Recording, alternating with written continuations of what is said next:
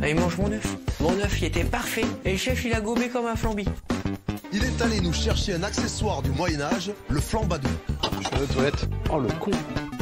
Mais la frite, c'est de la pomme de terre, nom de... C'est de la pomme de terre. 30 secondes. Alors attends, qu'est-ce que j'ai là? J'ai un truc dur. Ça coûte, c'est marrant, on a un petit goût salé. T'es sûr que t'as pris du sucre? J'ai pris le gros sel à la place du sucre gasson. Tu veux rentrer chez toi? J'ai pas envie de rentrer chez moi. Je veux pas rentrer chez moi. Oh là. Il est parti. C'est la catastrophe. J'ai fait fumer ma Saint-Jacques durant 72 heures avec la peau de mes couilles. 3, 2, 1, c'est parti.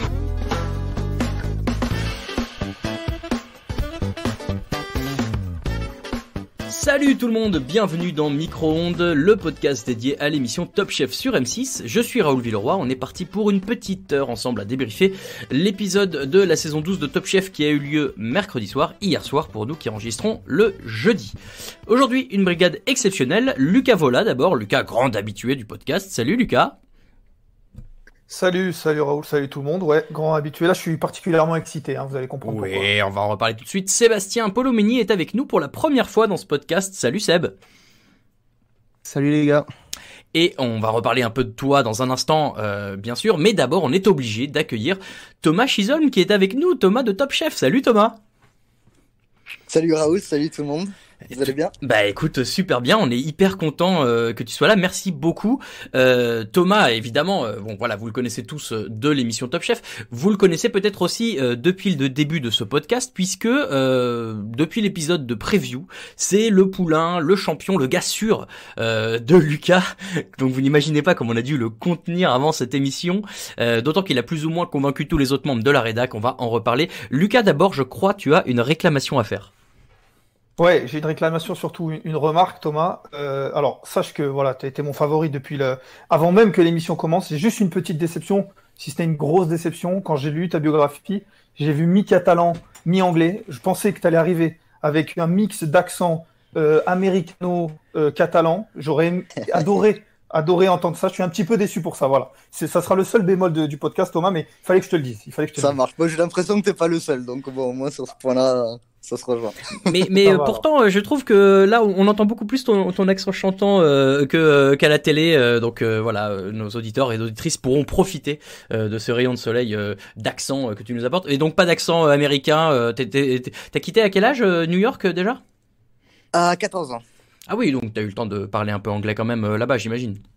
Oui, j'ai eu le temps de faire un petit parcours scolaire et voilà d'y vivre quoi. Donc non, c'est vrai que moi ma famille ils sont à Perpignan, moi ils sont basés là-bas. J'ai passé tous mes étés enfants voilà avec la famille et puis en arrivant en France, je suis allé à Perpignan. Donc forcément c'est l'accent avec lequel j'ai appris à parler en français. Trop stylé.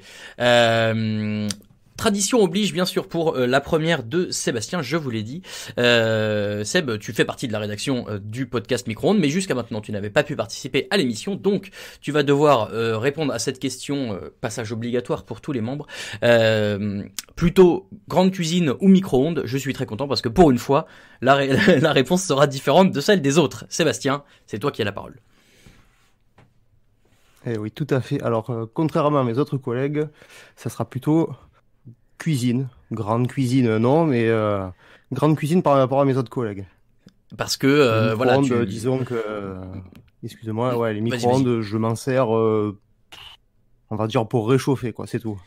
Parce que voilà, tu es notre caution un peu cuisine dans l'émission. On se sentait mal de le faire que entre profanes. Toi, évidemment, tu cuisines bien. En tout cas, je n'ai jamais pu goûter, mais je vois tes recettes passer quand tu les écris sur notre site de foot américain Touchdown Actu. Tu aimes bien ça, tu en fais souvent. D'où te vient cette passion de la cuisine, d'ailleurs, Seb? Moi, très jeune. Bon, après, voilà, vu mon nom de famille, Polomeni, donc origine italienne. Donc avec la grand-mère quand j'étais petit. Et puis après, j'ai rapidement appris à me débrouiller seul. Donc voilà, c'est venu petit à petit, on va dire. Au top. Eh ben putain, décidément, tous les gens de ce podcast de la rédac sont d'origine italienne. Je sais pas comment je vais survivre au milieu de tous ces grands amateurs de cuisine, alors que moi, bon, bah c'est plutôt micro-ondes. On va se débrouiller. Le programme de cet épisode du podcast, bien sûr, on va revenir sur le débrief d'hier soir. On parlera un peu de ton parcours, Thomas. On va dans le concours. On a même une petite surprise, on va dire, pour toi. Tu verras tout à l'heure. Et puis nos tops et nos flops, le fameux power ranking qui s'est encore bien gaufré cette semaine. Est-ce que tout le monde est prêt, messieurs? Est-ce que tout le monde est bien? Bonjour. Ouais, parfait. Impeccable. Eh bien alors, c'est parti, après un petit jingle pour Micro-ondes Podcast.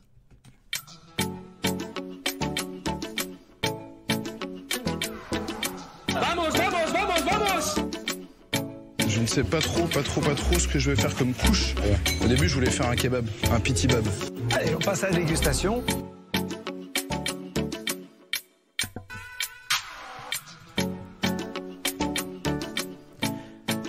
Alors d'abord, messieurs, le débrief de cette première épreuve avec Pascal Barbeau sur l'épreuve du grain de riz.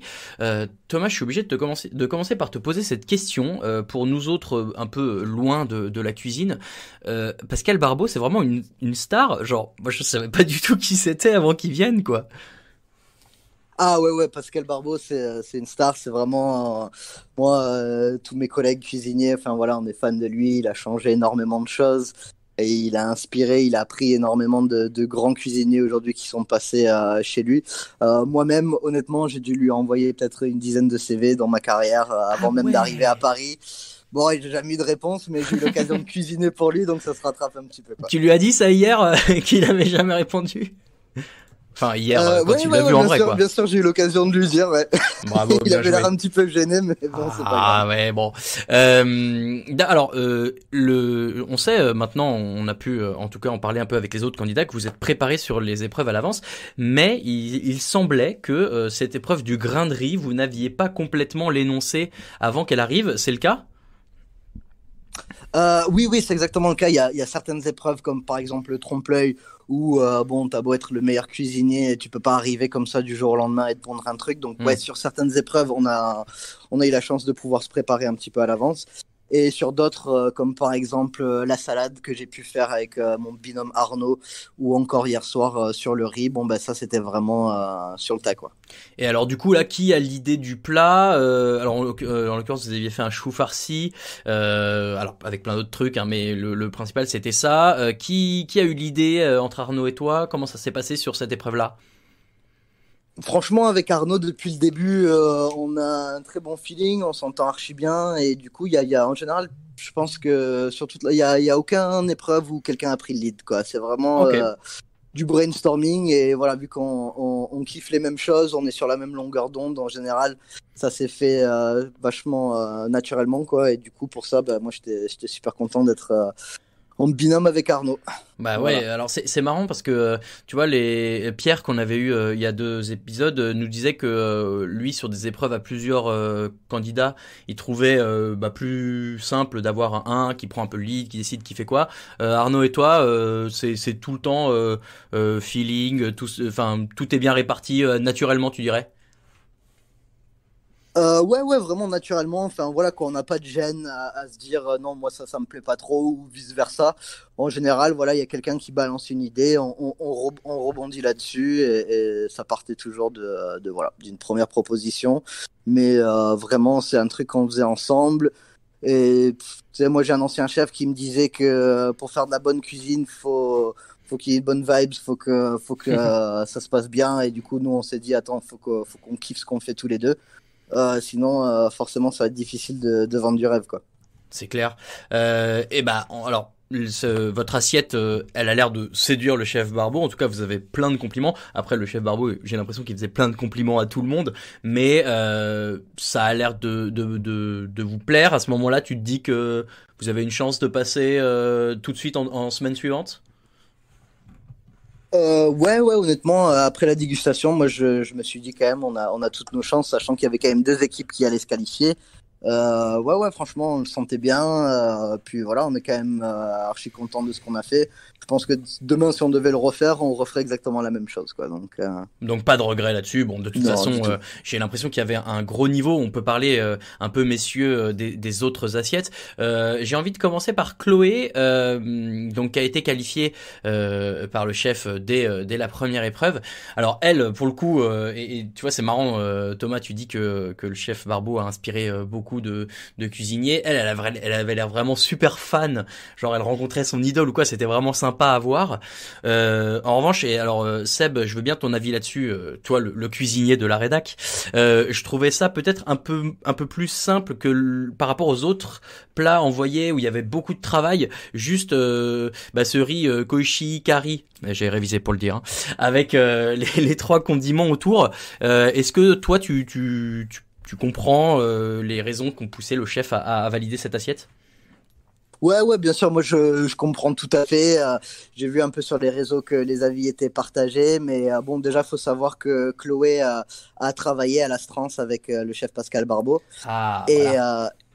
et donc, forcément, elle arrive à le cerner un peu plus que nous, quoi. Ok. Clairement, c'est un avantage mérité, hein, parce que bon, elle a fait ses armes là-bas, mais c'est clair que quand tu as bossé avec un chef et tu sais ce qu'il aime, c'est plus facile de proposer quelque chose qui sera un petit peu dans ses goûts. C'est sûr. Voilà, pour continuer là-dessus, Ouais, c'est vrai ouais. que...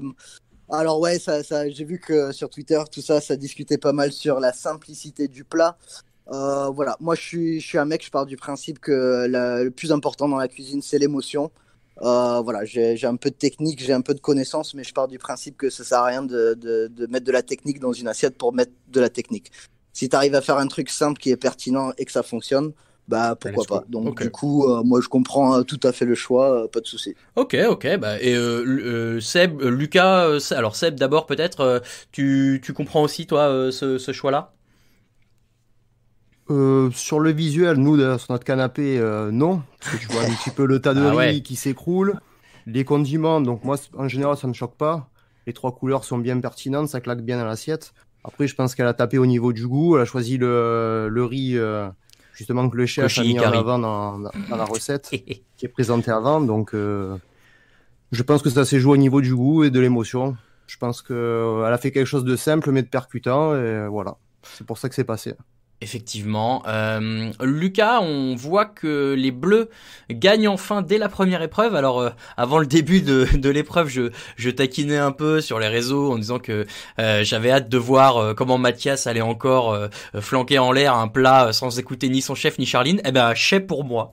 Voilà. Pour rappel, boulettes de riz farcies aux langoustines et crevettes, avec un peu straight guacamole autour qui rappelait le churros de Mohamed en semaine 1, je trouvais. Lucas, est-ce que enfin on voit le vrai niveau ou peut-être le vrai Mathias sur cette épreuve-là, tu trouves?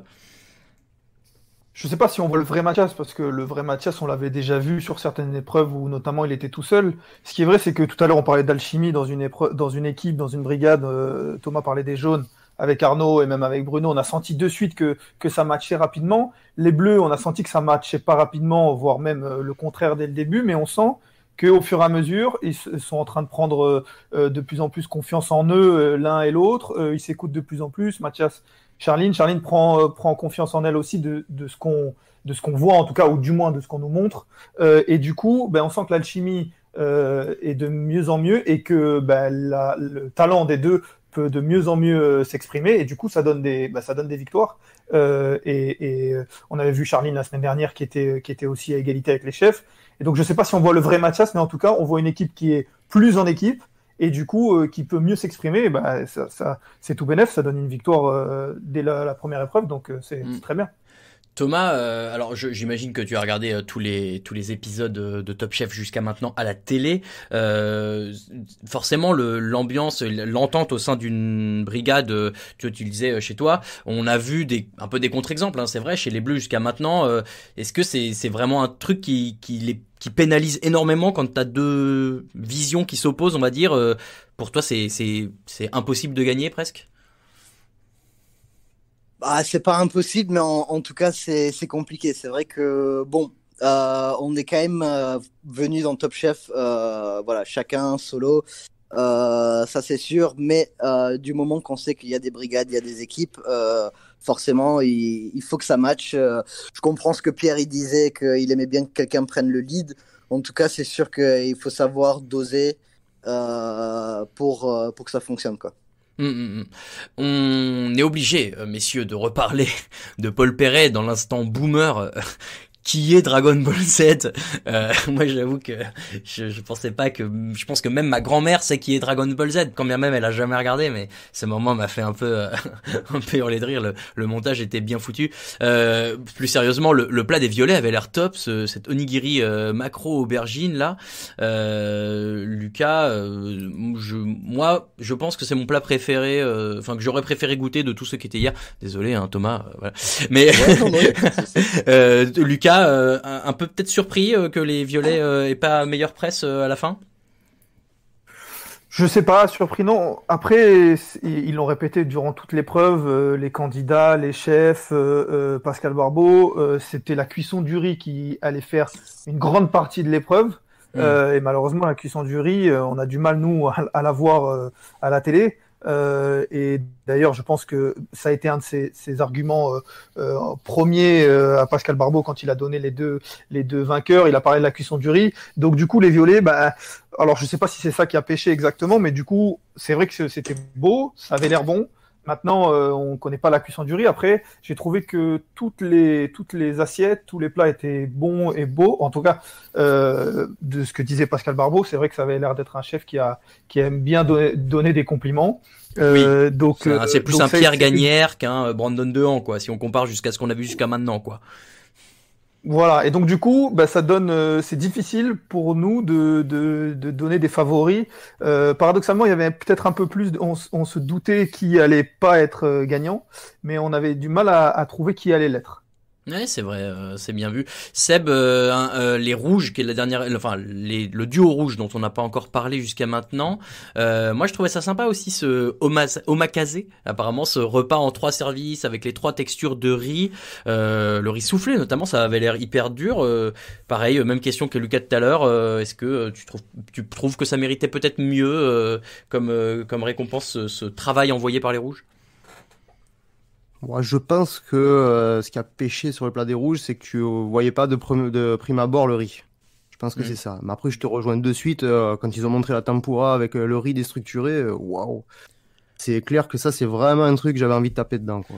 Thomas, après, la raviole était très belle aussi, excuse-moi. Vas-y. La raviole était très très très jolie.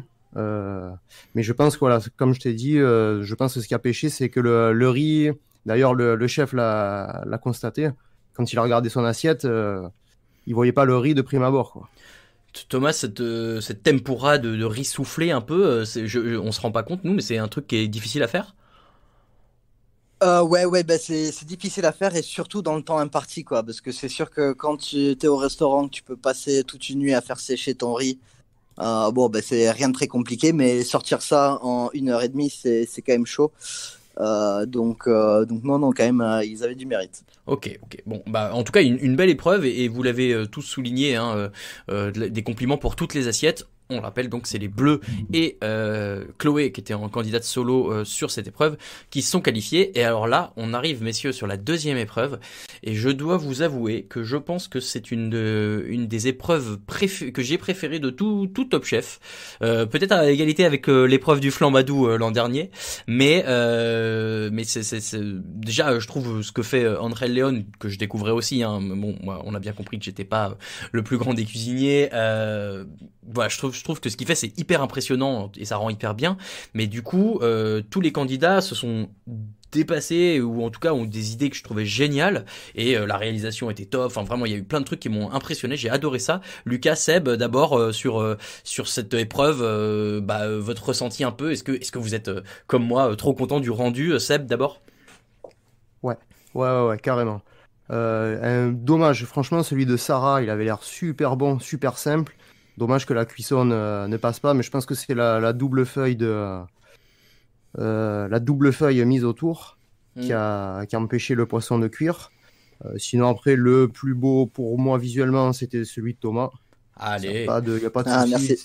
Ouais, non, mais franchement, je pense que voilà, avec le petit jus vert qui a perlé dans le bouillon, la cuisson, ça avait l'air dingue. Après, la cuisson du chef Léon sur la présentation aussi, l'eau avec le sel qui cuit instantanément, ça avait l'air d'être fou. Ça avait l'air fou, ça.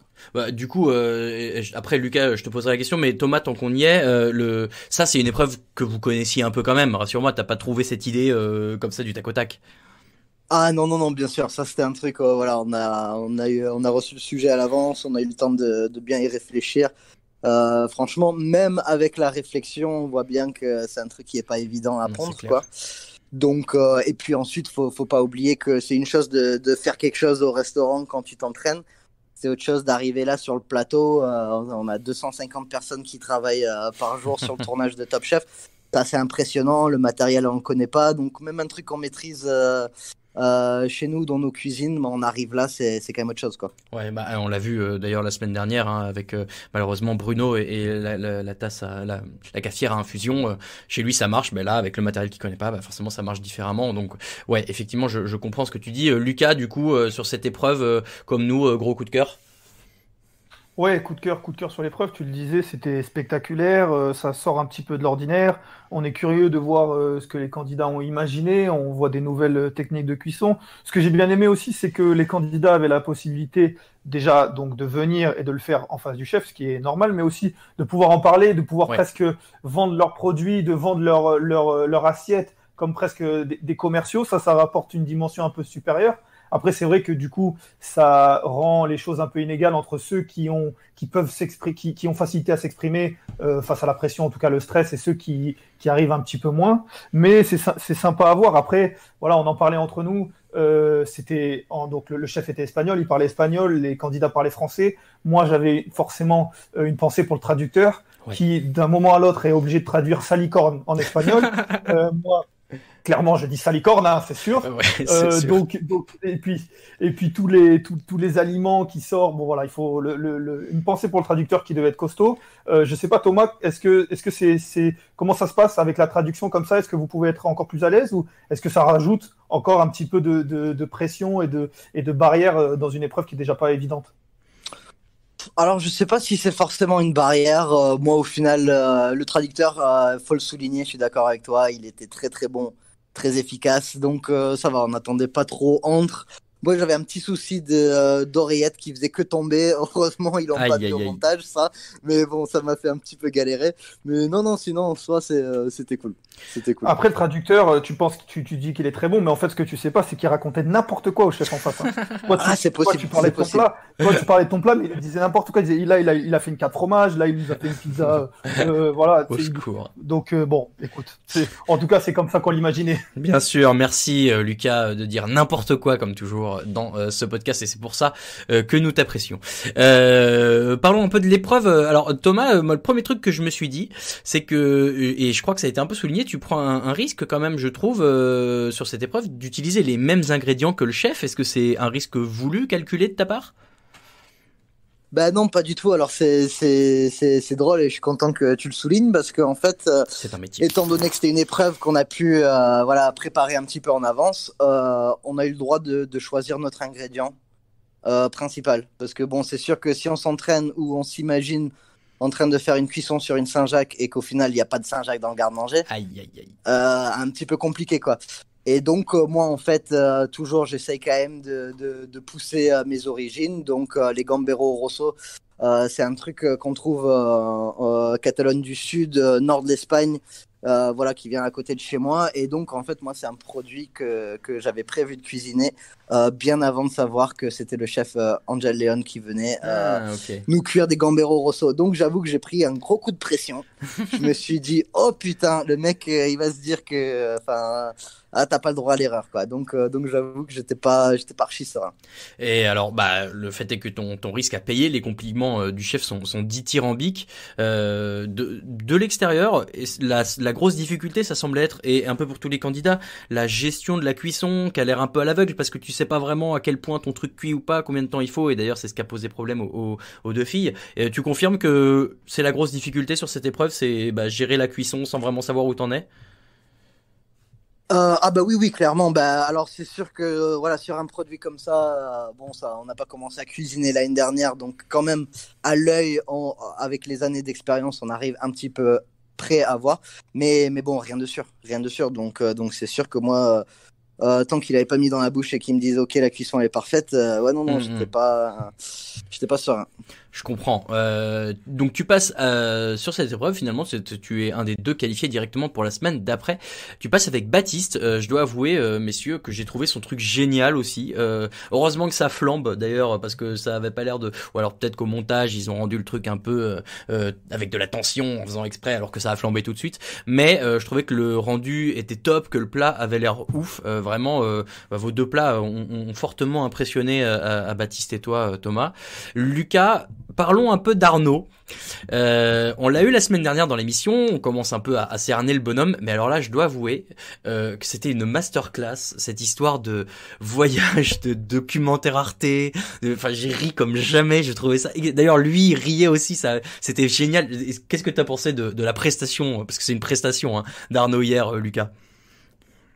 Oui, forcément une prestation, comme tu dis, bah ça fait partie du personnage. On l'a eu, voilà, on a eu la chance de lui parler un petit peu la semaine dernière. On s'est rendu compte que voilà, c'était le personnage, et Thomas pourra le confirmer parce que bah il travaille avec lui. Mais voilà, on le voit dans l'émission, on a l'impression qu'il est comme ça, il est nature. Et quand il fait quelque chose, bah là il a eu l'idée, il a vu ce reportage Arte.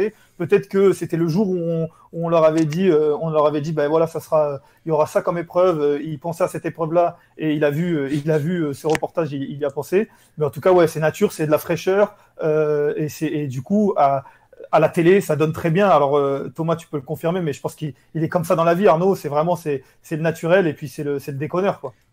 Ah ouais, non, Arnaud, c'est toujours naturel. Lui, toujours, c'est le mec qui fait rigoler. Il arrive dans une pièce, tu sais qu'il est là, quoi. Il a déjà sorti une vanne, le mec, tout le monde est plié en 4. Donc, tu vois, comme par exemple sur l'épreuve du riz, moi, j'ai laissé Arnaud le présenter parce que voilà, je sais aussi qu'il sait balancer une petite blague quand il faut, et ça fait partie du boulot aussi, quoi. Ouais, on avait bien profité de lui la semaine dernière, donc on a remarqué tout ça. Moi, j'avoue, hier, ça m'a plié. Seb, le plat de Mohamed aussi avait l'air top. Je lisais beaucoup des différents retours sur les réseaux que c'était dommage d'utiliser un aussi gros morceau de poisson pour faire un tout petit truc, mais bon, il faut que ça rende à peu près soigné. Ce plat-là, c'était peut-être celui que j'aurais préféré manger. Seb, je sais pas ce que toi t'as pensé du saumon de Mohamed comme ça sur la brique en terre cuite. Alors voilà, même avis que les tweetos, on va dire. Le saumon, il coupe un bout de 60 cm pour sortir un petit bout de 5 par 3. Mais bon, après le rendu avait l'air top. Après, il nous a fait une petite pirade bien comme il faut. Sa 3e place, il la mérite. Le plat de Thomas et de Baptiste était au-dessus. Arnaud était juste derrière. Les 2 filles, elles ont raté la cuisson, donc c'est normal qu'elles se retrouvent en dernière chance. Ben alors, et justement, on est d'accord, on l'a assez vite senti, hein, Seb, que la cuisson, c'est ce qui allait poser problème à Pauline et Sarah. C'est ça, tout à fait.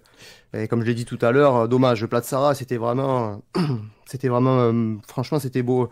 Les petits agrumes, tu ouvrais, tu voyais ton morceau de bar, il était beau. Pauline aussi. Bon, moi qui viens du côté de la Méditerranée, donc forcément le rouget, ça me connaît. Dommage franchement, mais je pense que Pauline, ce qui a pêché pour elle, c'est qu'elle a beaucoup trop fait sur l'assiette. C'est ce qu'avaient l'air de dire les chefs. Tiens Thomas, des 5 autres plats, toi lequel t'aurais préféré déguster?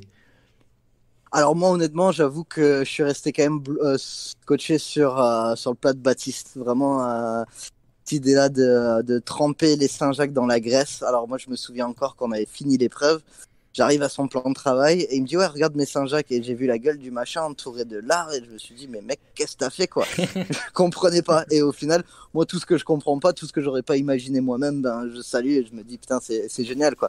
Surtout le fait de pouvoir mettre un petit peu de sa personne dans le truc avec le Calvados. C'est un Normand, Baptiste, pour moi, enfin voilà, ça avait du sens, ça collait à son image, et en plus ça avait l'air super bon. Lui c'est le boss des sauces XO, il faut le dire. Franchement non, ça avait l'air très très cool. Même je reviens sur le plat de Mohamed. Franchement c'est marrant parce qu'on n'avait pas vu les dressages vu qu'on passait chacun notre tour. Donc moi, il a fallu que j'attende hier soir pour voir vraiment ce qu'ont fait les autres.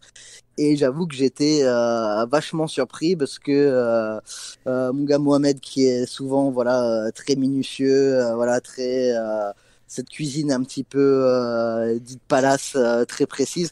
Là, il m'a fait un espèce de bordel organisé en freestyle et moi j'ai adoré ça. Je me suis dit putain, c'est cool, le mec il se lâche et franchement j'avais bien envie de goûter aussi. Oui, alors du coup tu as répondu indirectement à ma prochaine question, mais cette épreuve-là, vous l'avez pas vue, vous avez pas vu la dégustation des autres avant hier? Non, on n'a pas vu la dégustation, on n'a pas entendu ce qui s'est dit. Alors bon, nous, on a un petit peu échangé après, mais en soi, moi, je savais toujours pas vraiment ce qu'ils avaient fait, quoi. Ok. Bon, et alors du coup, en tant que téléspectateur, est-ce que toi aussi tu trouves que le rendu visuel de tous vos trucs, ça envoyait, quoi? Ouais, non, clairement, je veux dire, même sans même parler de cette épreuve, déjà sur l'épreuve du riz. Je trouve qu'on sent que le niveau monte. Ouais. On devient de plus en plus à l'aise aussi. Ça, il faut le dire parce que il y a des très bons cuisiniers qui peuvent avoir du mal à se vendre comme ça devant toutes les caméras. Je sens que vraiment à partir de cet épisode-là, on sent que on est tous un petit peu plus à l'aise et on arrive vraiment à faire une cuisine qui nous ressemble, un truc un peu plus précis, et donc ouais, ça devient compliqué, hein. Pour moi, sur les deux épreuves, personne s'est loupé. Après, maintenant c'est question de goût et de couleur, quoi, hein. La cuisine, ça reste un truc subjectif, quoi, comme la musique, il y a des choses que certaines personnes aiment que d'autres n'aiment pas. Donc après, ça va dépendre du chef invité et lui ses goûts un peu personnels, quoi. Yes, ouais, donc effectivement tu nous vends du rêve là, on a envie de voir la suite, on a envie de savoir à quel niveau vous allez tous réussir à arriver. Donc super épreuve, en tout cas moi encore une fois je le dis, hein, j'ai adoré cette épreuve là. Et la dernière chance, du coup, on envoie Pauline et Sarah en dernière chance. On nous avait vendu une dernière chance exceptionnelle et de fait elle était un peu particulière puisque la gagnante intégrait la brigade violette. Pour Pauline c'était normal, mais si c'était Sarah, et vous le savez maintenant ça a été le cas, c'est Sarah qui intégrait la brigade violette. Le thème c'était une bouchée, et alors ça on va tout de suite éclaircir ce point là, hein, mais moi je trouve ça hyper cruel limite pour le chef Perret de devoir faire pour la deuxième année de suite en plus cette épreuve là, de goûter à l'aveugle juste une bouchée pour éliminer quelqu'un. Seb, qu'est-ce qui peut faire la différence sur ce genre de truc, parce que globalement ça a l'air d'être presque les mêmes bouchées, ou enfin c'est très proche d'après le chef. Là, c'est pas grand-chose. Après, je pense que ce qui a fait la différence, je pense que la bouchée de Sarah était peut-être plus fraîche que celle de Pauline, avec l'ajout de la poire. Pauline, avec le châtenay, les pickles, la salicorne, je pense que ça devait vraiment envoyer, quoi. Après, c'est au niveau du palais du chef, et ça, malheureusement, on ne peut pas juger à sa place. Ouais, non, c'est clair. Qu'est-ce que t'aurais fait, toi, d'ailleurs, Thomas, si t'avais dû, faire une épreuve sur une bouchée de moule? Est-ce que t'as une recette comme ça qui te serait venue? Ouais, honnêtement, j'ai la chance d'avoir bossé pour un chef qui avait une recette d'émulsion de moule vraiment incroyable. Donc j'avoue que je me serais donné. Je dis pas que j'aurais gagné, mais en tout cas, j'aurais eu l'idée et je me serais donné clairement, quoi. Lucas, est-ce que toi tu aimerais être à la place du chef Perret pour faire ce choix terrible, ou comme moi ça te tétaniserait?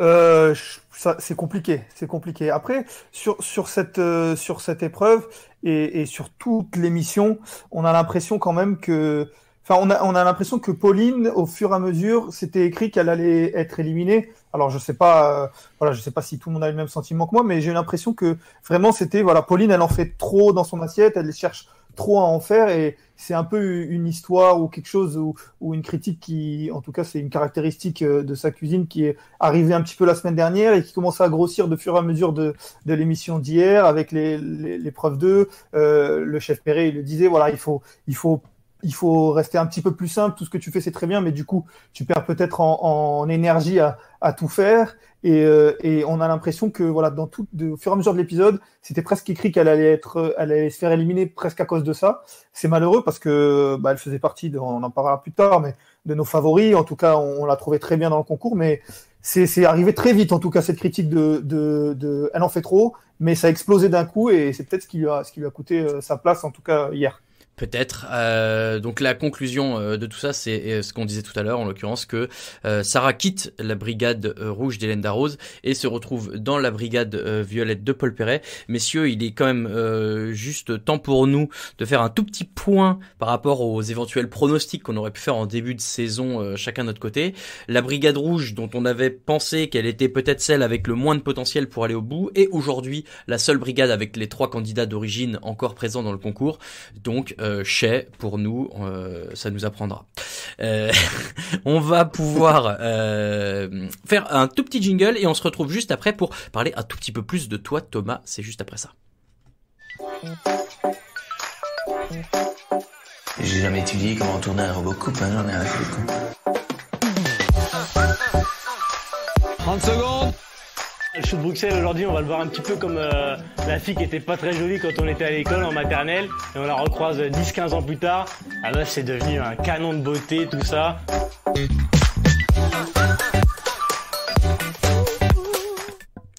Thomas, parlons un petit peu de toi, puisqu'on est content de t'avoir dans l'émission. On va en profiter pour parler un petit peu plus que juste de l'émission d'hier. Déjà, une question qu'on pose à nos invités. Toi, jusqu'à ce qu'on a vu aujourd'hui, c'est quoi le plat que t'as préféré faire depuis le début du concours ? Alors, je pense que pour l'instant, ça va se jouer entre 2 plats. Ça va se jouer clairement entre la cuisson instantanée. Ouais. Parce que là, pour le coup, c'est un truc qui me ressemble. Aussi, voilà, j'ai pas eu beaucoup l'occasion de cuisiner seul. Alors, voilà, même si Arnaud, c'est le frérot, quand même, voilà, on fait pas la même cuisine quand on est ensemble ou quand moi je cuisine tout seul. Donc clairement, ça m'a fait du bien de faire un petit peu de salé seul et montrer un petit peu mon univers. Voilà, j'étais vraiment content de ce plat, même si ça a fini 2e. Bon, c'est comme ça. Et ensuite, le plat que j'ai pu faire avec Sarah. Ah oui, parce que voilà, avec ouais. Sarah quand même, on est sur une même longueur d'onde d'un point de vue cuisine, quoi. Je veux dire, même quand on était à l'hôtel avant de commencer le tournage, je sais qu'on parlait, on kiffe les mêmes chefs, on est vraiment dans le même délire. Donc en fait, sur papier, quand ils nous ont dit qu'on mixait les brigades, j'ai bien senti le truc. Je trouve que voilà, on a fait un bon taf et c'est vraiment voilà, le genre d'assiette qui moi me ressemble, quoi. Tu vois, c'est simple, épuré, on va droit au but. Il n'y a pas besoin de 1000 techniques, n'importe qui peut empiler du fromage et des champignons de Paris, mais il fallait le faire, fallait y penser, et l'important c'est que ça claque en bouche, quoi.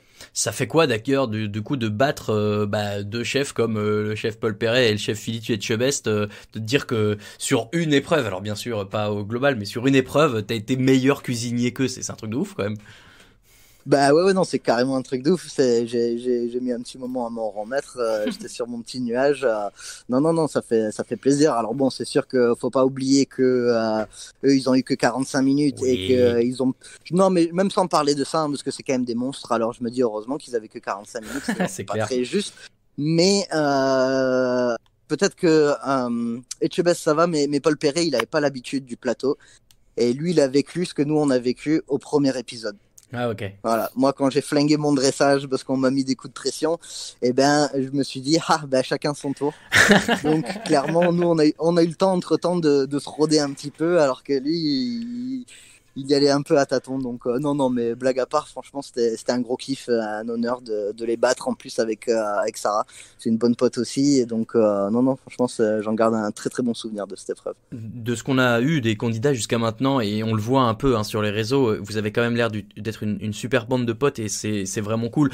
Je pense que j'imagine ça a été un peu amplifié par le fait que vous avez dû être confinés ensemble. T'en as parlé juste avant, ça m'a fait penser à une question et j'aurais dû la poser plus tôt à d'autres candidats, mais qui fait à manger dans ces cas-là quand vous êtes tous confinés? Parce que genre vous êtes 15 cuisiniers super bons, qui fait à manger? Et surtout genre du coup c'est pas horrible pour les gens qui font à manger de se dire je vais être goûté par 15 candidats qui sont trop forts en cuisine. Ça se passe comment la bouffe dans ces cas-là? La bouffe, alors bon, ils avaient un partenariat, alors je vais pas citer de nom, mais, Non. mais voilà, on avait un montant à ne pas dépasser par repas, on avait le droit de commander ce qu'on voulait, donc forcément, les jours où ça tabassait, bon, bah, c'était des petits sandwichs, et les jours où on était à l'hôtel avec un jour ou deux de repos, voilà, on pouvait se commander une entrecôte, cuisiner un petit peu dans la chambre d'hôtel, donc voilà quoi. Et là, vous faites un peu des, vous faites un peu des comparatifs entre vous, genre, putain, ça c'est pas mal, ouais, ça j'aime bien, ça j'aurais fait, truc, vous parlez cuisine un peu entre vous, du coup? Ah bah oui, alors c'est sûr qu'il y a pas que ça dans la vie, mais bon, on est une bande de cuisiniers, alors j'ai envie de dire au moins 70% de nos discussions, ça tourne autour de la cuisine et de la restauration, clairement. Putain, du coup, je m'imagine quand moi je parle de sport avec mes potes, vous parlez cuisine, c'est énorme. C'est vrai que c'est des trucs que je serais pas capable de faire évidemment. Thomas, on est obligé aussi de te parler. C'est une demande populaire des réseaux sociaux. On est obligé de te parler de cette image qui te colle de street artiste parce que depuis le début, c'est vrai, la prod a mis ça en avant, ce côté-là chez toi, et tu le dis aussi dans tes interviews face cam que tu essaies de retrouver ça. J'ai envie de dire, c'est quoi le bail avec le street art pour toi? Pourquoi cette passion? Comment t'essaies de la retranscrire dans tes plats? Alors c'est vrai que moi c'est vraiment c'est l'art en général. Le street art j'aime bien. C'est pas ça après c'est la production qui ont décidé voilà d'accentuer ce côté-là parce que je viens de New York. Il en faut. Ce que je comprends, mais clairement moi je suis un grand passionné d'art et de musique. À l'époque quand j'étais encore à Brooklyn, j'ai eu la chance d'obtenir une bourse pour l'université de Pratt. C'est une très belle université d'art aux États-Unis où j'ai pu suivre des cours pendant un an. Et c'est vrai que très clairement, voilà, à cet âge-là, moi c'est vraiment ce que je voulais faire. C'était du dessin, c'était de l'art. Et sauf que je suis arrivé en France, je savais ni lire ni écrire le français. J'étais un peu en galère en classe et du coup, tout le monde m'a dit, tu vas pas aller faire une seconde générale option art, va plutôt faire un truc manuel, quoi. Donc du coup, en fait, moi, je me suis retrouvé dans la cuisine. C'était pas une passion à la base, c'était vraiment un truc où je me suis dit, il va falloir apprendre un métier et gagner sa vie. Et fur et à mesure de mes stages, tout ça, je me suis rendu compte qu'en fait, voilà, il y a un côté artistique dans la cuisine. Alors voilà, faut faire la part des choses. Hein. Je suis pas en train de dire que la cuisine c'est de l'art. La cuisine c'est de l'artisanat. Maintenant, quelle est la différence entre de l'art et de l'artisanat? Ça, je pense que ça se discute autour d'un petit verre de vin. Mais en tout cas, voilà, moi c'est vraiment le truc qui m'a poussé dans la cuisine. Alors comme on se disait avec Arnaud hier soir, hein, la première règle c'est le goût et la deuxième règle c'est le goût. Moi je suis pas en train de dire que je fais des tableaux dégueulasses quoi, mais très clairement ce qui m'a toujours poussé dans la cuisine c'était le visuel. Ok. Alors, et je suis obligé de te poser aussi une autre question qu'on nous a demandé de te poser directement, mais es-tu Banksy ou cet artiste inconnu dont personne ne sait qui il est ou c'est pas toi du tout? Ah non, j'aurais bien voulu, mais non. Ok, c'est pas toi. Bon la question est réglée, ce n'est pas toi, c'est très bien. Je te disais qu'on avait une petite surprise pour toi, c'est Lucas qui va entre guillemets présenter cette petite surprise. Ouais, je vais m'y coller, mais on a tout simplement un petit questionnaire pour toi, Thomas. Voilà, on va te poser des questions, tu vas nous répondre par le nom de tes collègues de Top Chef. Tu as le droit d'argumenter. La seule règle qu'il y a, c'est que la mauvaise foi est obligatoire. Donc, je te pose les questions et puis voilà. Tu me réponds donc parmi les candidats de Top Chef, les chefs peuvent être cités aussi, hein, mais qui est le plus dissipé? Mohamed. Clairement. Mohamed. Ah ouais, nous voilà.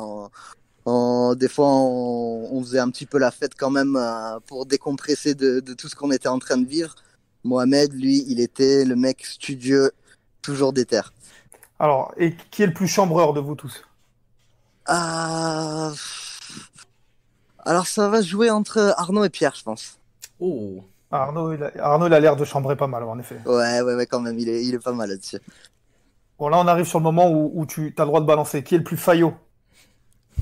Pas facile. Alors là, franchement, c'est pas facile. Tout le monde un peu, non? Moi, On sent que tu veux utiliser le Joker là. Bon, allez, on te l'accorde. Qui est le plus tête en l'air? Qui est le plus tête en l'air? Celui qui a le plus de chances d'oublier un plat dans le four? Franchement, je pense que c'est moi. C'est toi? Ah bah le caramel l'autre fois là. J'ai toujours été sur un petit nuage dans ma vie. Et voilà, faut l'assumer. Qui est le plus mauvais joueur de vous tous? Ah, le plus mauvais joueur. Allez, même si c'est mon poteau, c'est peut-être Baptiste. Génial. Et pour finir, forcément, vous avez vécu ensemble en grande partie. Qui a la meilleure descente? Et on parle pas de ski, hein. Franchement, on était quand même tous très bien placés. Hein. On était tous très bien placés. Écoute, allez, juste pour changer et pas rebalancer les mêmes noms, je vais dire peut-être Mathias. Ouh. Mathias, très bien. Ben voilà, merci d'avoir répondu. Au top, bravo Thomas, tu plaisir. t'en es très très bien sorti. Qu'est-ce que j'allais dire? Eh ben écoute, je crois que on a fait à peu près le tour de ce qu'on voulait faire avec toi, messieurs. Alors on n'entend plus Seb depuis tout à l'heure, on est désolé Seb, on fait trop parler Thomas. C'est pas très sympa Thomas, Seb c'est sa première. Non, bah écoute Thomas, je crois que on va pouvoir te remercier déjà d'avoir participé à cet épisode du podcast avec nous. Où est-ce que on peut te retrouver? Alors d'abord sur les réseaux sociaux, où est-ce que on peut voir tes créations? Ouais, bah écoute, moi je fais tout sur Instagram, donc c'est Thomas Chisholm, tout attaché, Chisholm. Et pourquoi le E d'ailleurs? Je me suis toujours demandé parce qu'à chaque fois je l'oublie quand je fais les posts et du coup il faut que je le refasse. Alors c'est la première lettre de mon deuxième prénom et il se trouve qu'il y avait déjà un Thomas Chisholm, ce bâtard sur Insta. Oh là là! J'ai dû rajouter une lettre. Et alors, est-ce qu'on a le droit de savoir en exclu le deuxième prénom qui commence par E? Edouard. Nice, très bien, ok. Thomas Edouard, j'aime beaucoup. Où est-ce qu'on peut te retrouver? Alors aujourd'hui, je sais pas si on peut te retrouver en vrai, mais est-ce que si c'est le cas, où est-ce qu'on peut te retrouver? Et surtout, où est-ce qu'on pourra te retrouver dès que la situation le permettra? Oui, alors là, je bosse encore là-dessus, donc pour l'instant, je vais rien dévoiler, mais en attendant, je suis quand même retourné travailler chez mon ancien chef. Donc restaurant AT, vente à emporter, click and collect, c'est incroyable, je le conseille à tout le monde. Top. Et en attendant, moi je suis là-bas, je donne un coup de main, donc je mets un petit peu mon cœur là-dedans aussi quoi. C'est quoi comme genre de cuisine? Alors c'est une cuisine assez particulière, très pointue. C'est un restaurant qui sert un menu unique en 14 services. Ok. D'accord. Donc voilà, c'est très visuel aussi. Moi en fait, je suis arrivé à Paris, j'ai bouffé là-bas, j'ai pris une grosse claque. J'y pensais tous les jours pendant des années. J'ai lu un article où Pierre Gagnère disait que Atsushi Tanaka c'était le Pablo Picasso de la gastronomie. Et le jour où j'ai lu ça, je me suis dit ok, faut que j'aille bosser chez lui. Et voilà, au final, quelques années plus tard, ça l'a fait. Génial. Comment tu dis qu'il s'appelle le resto? Le restaurant, il s'appelle AT. Donc, c'est les initiales du chef Atsushi Tanaka. AT, Atsushi Tanaka. Voilà, vous pourrez aller regarder ça. N'hésitez pas à aller y faire un tour. Thomas, encore merci beaucoup pour tout. Et puis, on te souhaite une bonne continuation dans le concours. Pour nous qui ne savons pas encore ce qui se passe. Et puis, de toute façon, une bonne continuation tout court dans la vraie vie. Super. Bon, merci les gars. À plus, nous on continue évidemment cette émission après un petit jingle.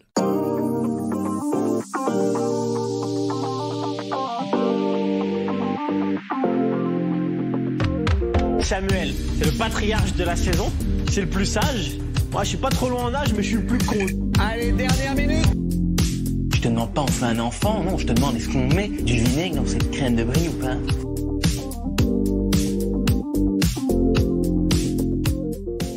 Merci encore à Thomas pour ce bon moment passé ensemble. On est ravis d'avoir enfin pu avoir notre champion, enfin disons notre nouveau champion après que les anciens champions se soient fait éliminer. Le top flop bien sûr, le passage obligatoire de chaque épisode de Micro-ondes. Le flop d'abord pour finir par le positif. Seb, ton flop c'est toi qui commence. Qu'est-ce qui a été ton flop de l'émission d'hier? Alors il y a eu beaucoup trop de plats à consonance asiatique. Et ça m'a saoulé. J'étais bien content d'ailleurs que sur la première épreuve, ça soit les bleus qui passent, parce qu'au final, ça a été l'un des rares à ne pas avoir utilisé de riz spécial sushi, de faire des plats typés asiatiques. Donc, même que ça soit sur la première ou la deuxième, au bout d'un moment, ça m'a un petit peu gonflé, quoi. Ok, effectivement. Parce que c'est une cuisine qui, toi, te parle pas trop? Pas vraiment, non. Je suis pas vraiment fan de la cuisine asiatique. Ok. Il y a de ça, mais après, bon, voilà, tout le monde a utilisé un peu le saké, tout le monde a utilisé le riz gluant. Voilà, il y avait autre chose, je pense. Il y en a gros sur la patate, Seb. C'est vrai, c'est vrai. Ton flop à toi, Lucas, quel est-il? Eh bien, moi, c'est nous, messieurs, la rédaction Aïe, du aïe, Micro-ondes, aïe. parce que semaine après semaine, on se rend compte, on le savait déjà, mais tout le monde se rend compte que notre power ranking, eh bien, écoutez, il veut plus rien dire, parce Il est que chaque flingué. semaine, on se foire totalement. Tu l'as dit, Raoul, on avait annoncé les rouges en difficulté, c'est les seuls qui sont encore à 3. On avait annoncé les violets comme brigade favorite, entre guillemets. Il en reste plus qu'un. Pierre s'est fait éliminer alors qu'il était premier. Pauline n'était pas très loin la semaine dernière. Je pense qu'elle était deuxième ou troisième. Elle se fait éliminer. Donc voilà, notre flop c'est nous. On va essayer d'être meilleurs. Heureusement surtout qu'il y a Thomas et que un avis avisé, éclairé. Nous avait dit au début de la saison que Thomas allait être bon et que pour l'instant on le suit, mais plus sérieusement c'est compliqué pour nous le power ranking en ce moment. On va essayer d'être meilleur, messieurs, il va falloir. Ouais, on va essayer de relever le niveau, tu as raison. Je fais aussi un peu mon mea culpa, puisque c'est vrai que depuis le début, on n'a pas le nez creux, mais c'est un exercice périlleux, et vous le savez, et puis c'est la première fois qu'on le fait, hein, donc on le saura pour l'an prochain, on adaptera. Quoi qu'il arrive, on ne s'arrêtera pas, on va continuer. On continuera, the PR must go on. Alors moi, mon flop, ça va paraître un peu dur, mais mon flop, c'est le chef Barbeau, pour une raison qui est que autant j'adore les chefs qui sont toujours positifs et qui donnent plein de bons commentaires positifs, machin, et Pierre Gagnère en tête bien sûr. Mais j'ai été un peu, je sais pas, c'est peut-être mon côté justement un peu pronostiqueur qui aime bien essayer de deviner à l'avance ce qui va se passer. J'ai pas aimé le fait qu'ils disent à tout le monde que c'était un plat incroyable, superbe, génial, merveilleux, tout ce que tu veux, mais que du coup, celui sur lequel il a peut-être été le moins élogieux, c'est le plat qui fasse passer. Et je sais pas. En fait, alors. Voilà, je raconte un peu ma vie. Moi, quand j'ai passé l'oral du bac de français en 2008, c'est vieux, j'ai eu un oral qui s'est merveilleusement passé, à la fin duquel l'examinatrice m'a fait 10 minutes de compliments sur le fait que j'avais tout bien compris et tout, et j'ai eu 12. Et c'est honteux. Et donc là, j'avais un peu l'impression que c'était pareil, tu vois, le chef, il distribue des compliments à tout va, mais il y a finalement, il y a... c'est pour être gentil, mais ça ne reflète pas trop la réalité. Évidemment, voilà, je suis un peu taquin, mais ouais, je préfère limite un chef qui va être un peu tranchant dans ses analyses et dans ses commentaires que quelqu'un qui est trop gentil tout le temps, mais qui du coup, on sait pas quel est vraiment le niveau du plat, voilà. Voilà, oui c'est rageux, mais c'est un flop, je fais ce que je veux.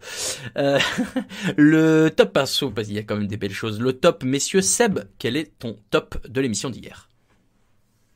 Alors, le top, mis à part la cuisson instantanée du chef Léon, Charline qui a bien progressé. La semaine dernière déjà, c'était vraiment pas mal. Son duo avec Bruno a égalé les chefs Etchebest et le chef Perret.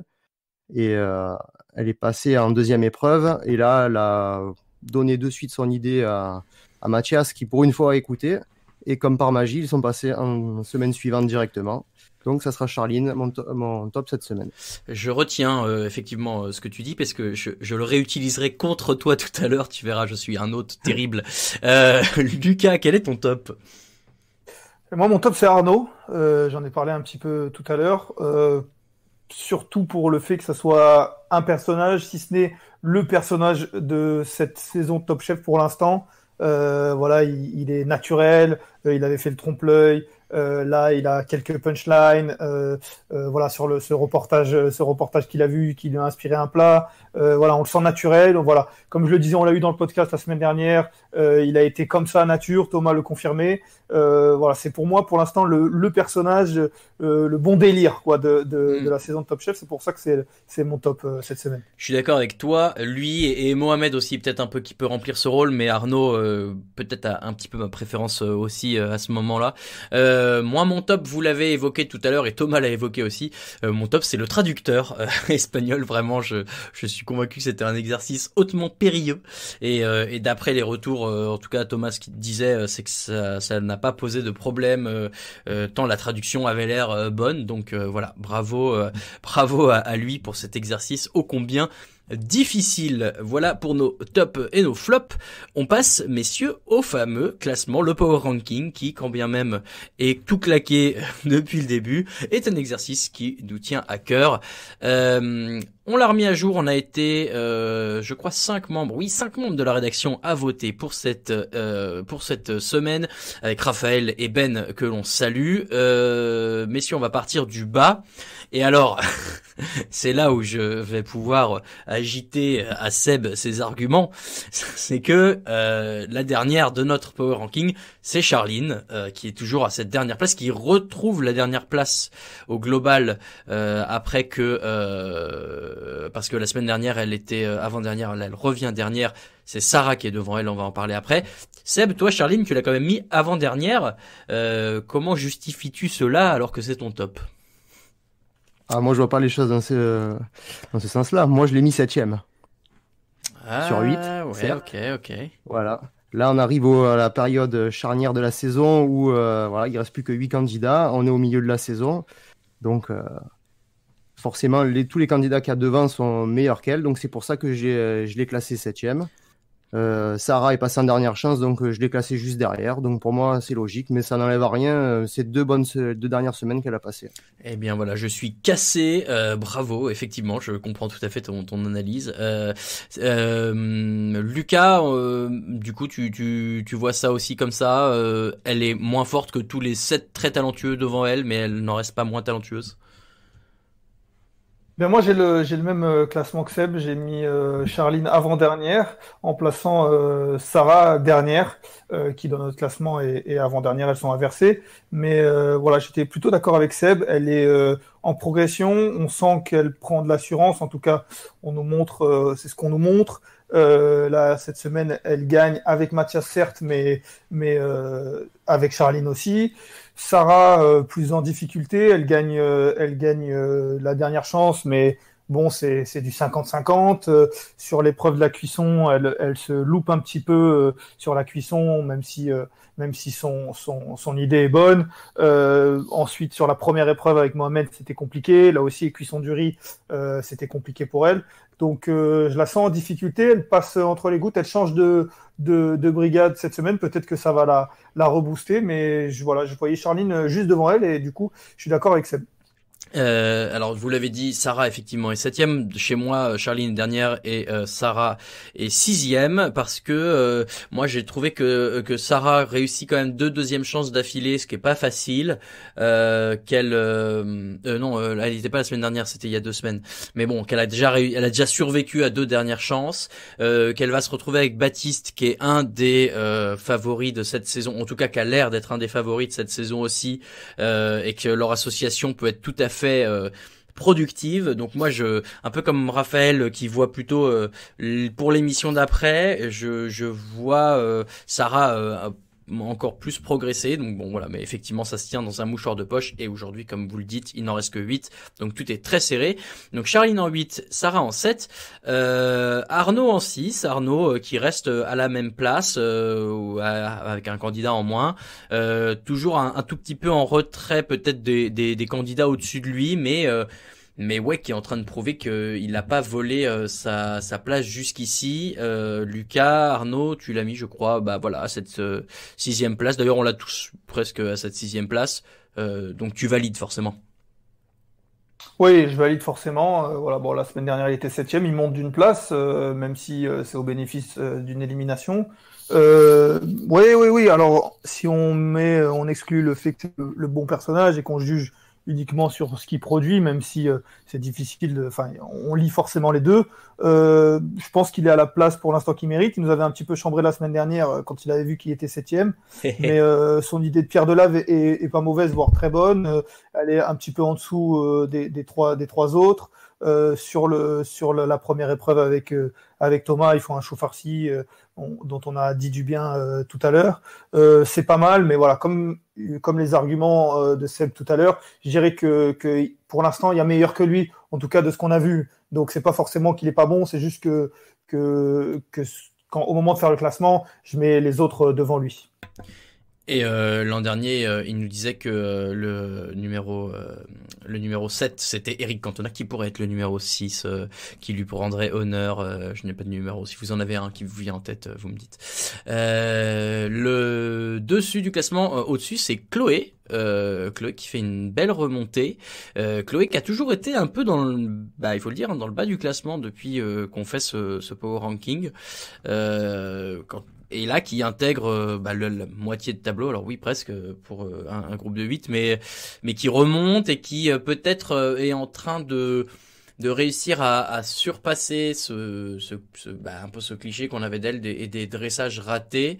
Seb, tu trouves qu'il y a une vraie amélioration de ce côté-là pour Chloé, semaine après semaine? Ça commence doucement. Elle est pure, elle essaye de faire le plus simple possible pour que ça soit le plus lisible. C'est passé cette semaine, mais il y a encore 4 candidats qui sont meilleurs. Quand j'ai fait mon classement perso, il y avait les 4 de devant qui étaient au-dessus d'elle. Après, ça se joue avec Arnaud, mais les 4 de devant, il n'y a pas photo, sont supérieurs à elle. On est assez d'accord. Et d'ailleurs, messieurs, c'est l'occasion de remarquer que les 4 de devant sont tous issus d'une brigade différente. Peut-être a-t-on déjà un aperçu de ce que pourraient donner les demi-finales, les quarts de finale où chaque chef se pointe avec son candidat rescapé. Alors après, à ne pas oublier qu'il y a bien sûr les repêchés. Il y aura un candidat qui reviendra. On espère tous, bien sûr, que ce soit Pierre, on verra à ce moment-là, mais en tout cas, nous, on espère fort de notre côté. Donc, le carré magique, je vous le donne dans l'ordre, et puis comme ça, on va pouvoir en débattre. Mohamed en 4, Mathias en 3, Baptiste en 2, et Thomas, donc, notre champion qui reste en 1. Je vais tout de suite lancer le débat. Moi, j'ai mis Baptiste en 1, parce que ça fait 2 semaines de suite qu'il réalise un super plat et qui a des retours extrêmement positifs, à commencer par la dernière chance de la semaine dernière. Et là, c'est Saint-Jacques cuite flambé sur le pavé parisien. Moi, je trouve que dans la progression, il est un tout petit peu au-dessus de Thomas et c'est pour ça que je l'ai mis devant. Mais je sais que Lucas, tu n'es forcément pas d'accord.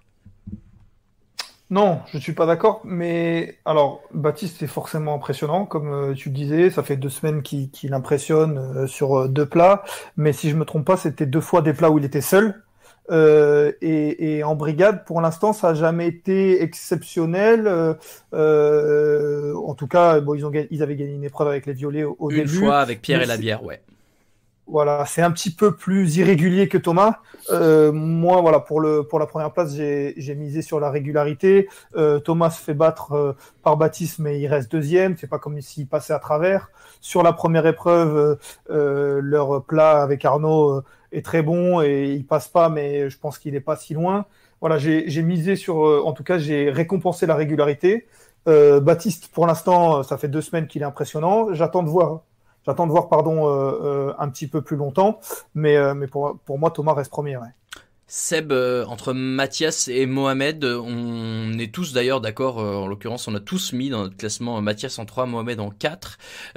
Comment est-ce qu'on le justifie aujourd'hui? C'est parce qu'il y a ces espèces de fulgurances peut-être sur des épreuves où il est capable d'exploser aussi, ou alors l'apport de Charline peut-être qui le met un peu plus en avant. Qu'est-ce que toi tu en penses? Je pense qu'il a appris à écouter. Peut-être que, on n'est pas dans les secrets des chefs, mais peut-être que le chef Etchebest lui a fait comprendre qu'il n'était pas seul dans cette aventure, qu'il fallait compter sur la petite. Et du coup, ça l'a fait progresser. On voit qu'il en a sous le pied, et quand il va accélérer, il s'impose. Et il est supérieur à Mohamed. Pour l'instant, il n'y a pas de souci. Lucas, d'accord avec cette analyse, les mots sont forts. Il est supérieur à Mohamed, tu es d'accord? Écoute, moi, Mathias et Mohamed, ça fait partie des 2 candidats que j'ai le plus de mal à classer chaque semaine. pour des raisons différentes. Mathias, parce que il est irrégulier. Il y a des semaines où il est incroyable, où il fait le meilleur plat loin devant tout le monde. Et puis il y a des semaines, il est un peu moins bon. Là, la semaine dernière, en tout cas hier, c'était une semaine où il était bon. Je le mets 3e. Pour moi, il y a pas photo. En tout cas, pour moi, comme dit Seb, il est meilleur que Mohamed. Et puis peut-être que la semaine prochaine, il va être plus en difficulté. Peut-être que voilà, la brigade va moins marcher avec Charline cette semaine-là, et que du coup, je me dis allez, on va le mettre plus bas. Et donc, du coup, j'ai du mal. Et pour moi-même, c'est lui, j'ai l'impression qu'il est toujours au même niveau. Il n'y a jamais un moment où je me dis, ah ouais, Mohamed, vraiment, là, il est incroyable. Mais par contre, il n'y a jamais un moment où je me dis, Mohamed, oh là, il est passé à travers. Et du coup, je trouve que 4e sur 8, ça lui va très bien. Pas forcément le meilleur, mais loin d'être le plus mauvais. Et du coup, voilà, je le mets 4e, mais comme j'ai du mal à le classer, je le mets au milieu. Ouais, effectivement, ça se tient. Je suis assez d'accord avec toi. C'est vrai que Mathias, ses hauts sont très hauts et ses bas sont très bas. Là où Mohamed, il est régulier, plutôt régulier positivement d'ailleurs, hein, parce que tu le dis, il s'est jamais, je crois pas qu'il soit déjà complètement raté dans une épreuve, sauf peut-être cette épreuve de la salade. Mais on l'a bien vu, hein, c'était pas son choix de mettre aussi peu d'ingrédients. Ce qui leur a été reproché ensuite, donc difficile de lui faire porter le chapeau là-dessus. J'allais dire, bon voilà, effectivement, ce carré magique, voilà, est-ce que aujourd'hui Seb, Thomas, Baptiste, Mathias et Mohamed, est-ce que pour toi Seb, c'est les 4 qu'on peut espérer voir dans les quarts de finale? Ouais, je pense. Après, je mettrais peut-être Arnaud aux aguets, pas loin derrière, mais maintenant tu me dis, il y a une finale dans quelques semaines entre Baptiste et Thomas, ça aurait de la gueule. Ouais, ça c'est sûr. Après, en fait, c'est vrai que les équipes peuvent changer, hein, on l'a vu, pour réajuster à chaque fois en fonction des manques. Mais sur ce qu'on voit, ces 4-là, Lucas, est-ce que toi aussi c'est les 4 que tu imagines s'affronter pour le titre? Oui, jusqu'à la semaine prochaine en fait. C'est le power ranking. On en revient à ce que je disais tout à l'heure. Là, voilà, c'est vrai que les 4 pour nous, c'est assez logique. Quand on regarde les power rankings de tous les membres de la rédac, on est globalement assez d'accord par rapport au premier où on avait beaucoup d'écart. Là, on est globalement tous d'accord. Et puis viendra un épisode la semaine prochaine, et puis certainement que on changera d'avis. Bon, c'est le but du power ranking, donc c'est vrai que voilà, si, comme le dit Seb, si il y a une finale Thomas Baptiste dans quelques semaines, ça serait d'une logique implacable. Mais maintenant, il y a 2 semaines, on aurait dit que Pierre était un candidat favori, et il est même plus là. Donc en fait, c'est un power ranking. Il faut le prendre comme il est cette semaine, et puis la semaine prochaine, il changera. Oui, et puis la semaine prochaine, ce sera encore gouré, donc ce sera l'occasion de vous moquer de nous. On a oublié de le faire tout à l'heure, mais on va le faire très rapidement maintenant, mais très très rapidement, c'est promis. La semaine prochaine, à quoi on aura le droit? En l'occurrence, il y a une épreuve où les candidats vont devoir déguster un plat. C'est le chef Glenn Viel, je crois, qui s'appelle, ou en tout cas c'est ce que nous disait Ben sur le groupe. Oui, c'est ça, Glenn Viel. Glenn Viel qui est un chef étoilé, qui va faire un plat que les candidats vont devoir refaire en ne sachant pas ce qu'il y a dedans, alors que de prime abord ça avait l'air un peu simple.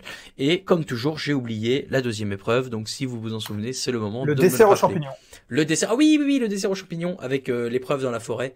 Et ces 2 chefs qu'on avait vus, souvenez-vous, sur la scène du Casino de Paris avec le mythique Flambadou.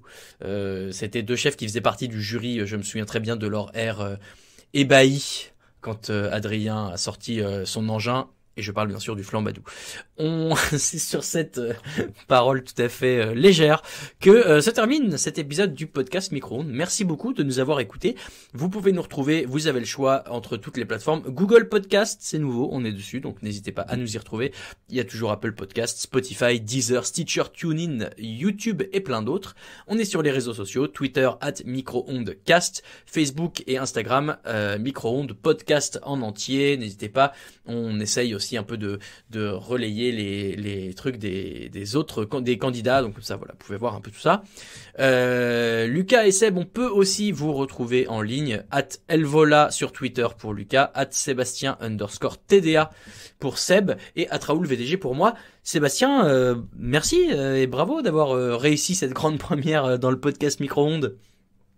Ben, merci à vous, j'espère que j'ai passé le premier oral avec succès. Peut-être à une prochaine fois. Mais bien sûr, on espère. En tout cas, tu n'es pas sur la sellette, tu n'es pas en dernière chance, donc tu reviendras la semaine prochaine. Bien sûr, Lucas, évidemment, toujours un plaisir. Merci et bravo à toi aussi. Ben, merci. J'ai appris dans l'émission d'hier que vanner, c'était mettre le riz à plat. Je sais pas si j'ai bien vu, mais à un moment, Sarah a dit que je vais vanner le riz, donc c'est le mettre à plat. Donc j'espère que dans les prochaines émissions, on va pouvoir beaucoup mettre de riz à plat entre nous, messieurs. Bravo, mais quel artiste, quel poète. Un grand merci à toutes et à tous. On se retrouve jeudi prochain pour débriefer l'émission de la veille. On a hâte. D'ailleurs, oui, alors je le dis maintenant, comme ça vous ne serez pas surpris, mais jeudi prochain, nous serons qu'entre nous. Il n'y aura pas de candidats invités, puisque de temps en temps, ça fait du bien de se retrouver aussi en famille. On vous proposera bien sûr plein de nouveaux candidats et candidates, on espère aussi, dans les émissions suivantes. D'ici là, bonne semaine, bon appétit et des bisous. Ciao, ciao. Allez, mange mon œuf. Mon œuf, il était parfait. Et le chef, il a gobé comme un flambi. Il est allé nous chercher un accessoire du Moyen-Âge, le flambadou. Je vais aux toilettes. Oh le con. Mais la frite, c'est de la pomme de terre, nom de... C'est de la pomme de terre. 30 secondes. Alors attends, qu'est-ce que j'ai là? J'ai un truc dur. Ça coûte, c'est marrant, on a un petit goût salé. T'es sûr que t'as pris du sucre? J'ai pris le gros sel à la place du sucre gasson. Tu veux rentrer chez toi? J'ai pas envie de rentrer chez toi. Je veux pas rentrer chez moi. Oh là. Il est parti. C'est la catastrophe. J'ai fait fumer ma Saint-Jacques durant 72 heures avec la peau de mes couilles. 3,